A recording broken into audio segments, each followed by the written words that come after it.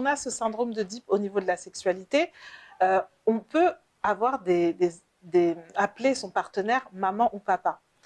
Ça se fait beaucoup en Afrique d'appeler son partenaire maman ou papa. Le problème, c'est que quand on est dans une relation, comment on appelle son partenaire, c'est hyper important. Ça donne des indicateurs sur quelle intention est-ce qu'on met dans la relation.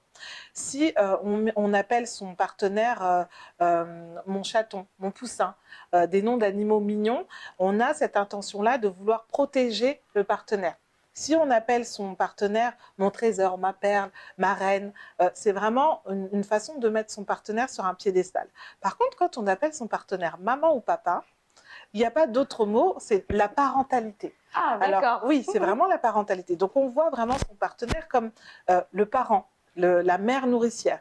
Donc, c'est compliqué quand on est dans la sexualité d'avoir des rapports sexuels avec une personne qu'on appelle maman ou papa.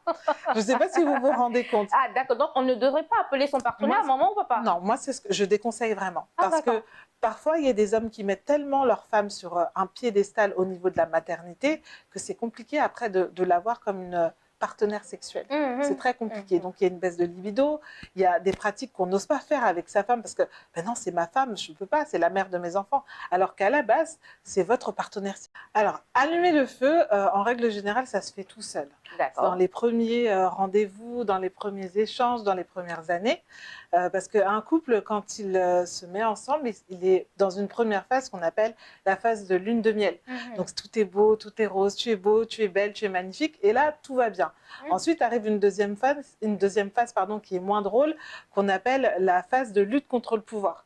Donc, chacun essaye d'amener l'autre à faire ce qu'il veut, à pouvoir combler ses attentes. Et c'est vrai que quelquefois, il y a quelques conflits dans cette phase-là. Ensuite, il y a une troisième phase qu'on appelle la phase où tout le monde prend son rôle, chacun prend sa place, et c'est là où se produit l'engagement, le mariage, etc. Voilà. D'accord. Donc, une fois la flamme est allumée et que la flamme est en train de s'éteindre, comment on fait pour allumer? Alors déjà, comment on fait? C'est qu'on cherche déjà pourquoi elle s'est éteinte. Ça, c'est important de savoir pourquoi. Le pourquoi, les couples, il y a beaucoup de facteurs. Donc le premier, je dirais, c'est l'habitude, le quotidien. Donc le fait de tout le temps voir la même personne et puis finalement, l'intimité s'éteint. On ne voit plus son partenaire comme un partenaire sexuel, un amoureux. On le voit plus comme un colocataire, un collègue de vie. Donc, il y a le travail, il y a la maison, il y a les enfants, il y a le ménage, etc.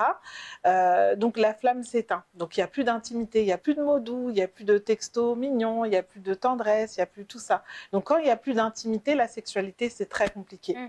Donc, moi, ce que je dirais pour pouvoir rallumer la flamme, justement, c'est pouvoir ramener cette intimité, ramener cette douceur au sein du couple pour que, au final, au lit, ça se passe beaucoup mieux. Quand un couple vraiment est limite, il n'arrive pas du tout à se toucher, c'est de commencer par une discussion déjà franche, de se dire les choses, que chacun puisse dire un petit peu ce qu'il attend de l'autre et comment est-ce qu'il pourrait ramener cette connexion-là. Ça, déjà, c'est une première chose. Ensuite, il y a des exercices comme le toucher des mains. Ce qu'on appelle ça, honore-moi les mains. C'est prendre un bol d'eau, en fait.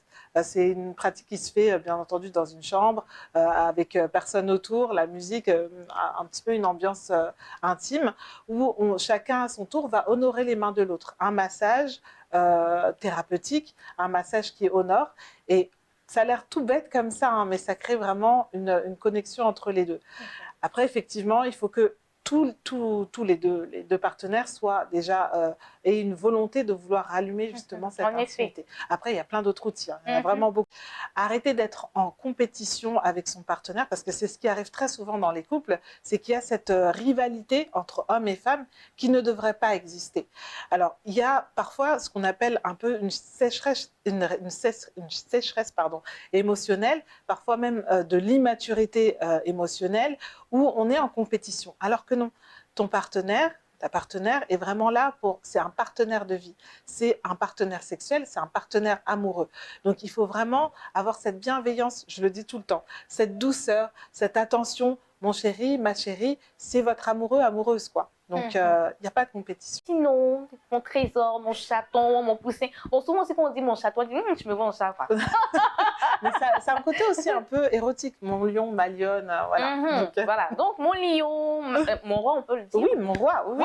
Mon roi, ma reine, mon bébé, mon trésor, voilà. Est-ce qu'on peut dire mon mâle? Mon mâle, oui, c'est mon homme, en fait. Okay. Mon mâle, mon homme, oui, oui. D'accord. Et l'homme aussi peut dire ma femelle. Ça fait un peu moins sexy, je trouve. Mais oui, pourquoi pas. En fait, ce sont des petits noms qu'on peut se donner dans l'intimité afin d'améliorer. Il y a le classique, mon chéri, ma chérie. Voilà, ça c'est le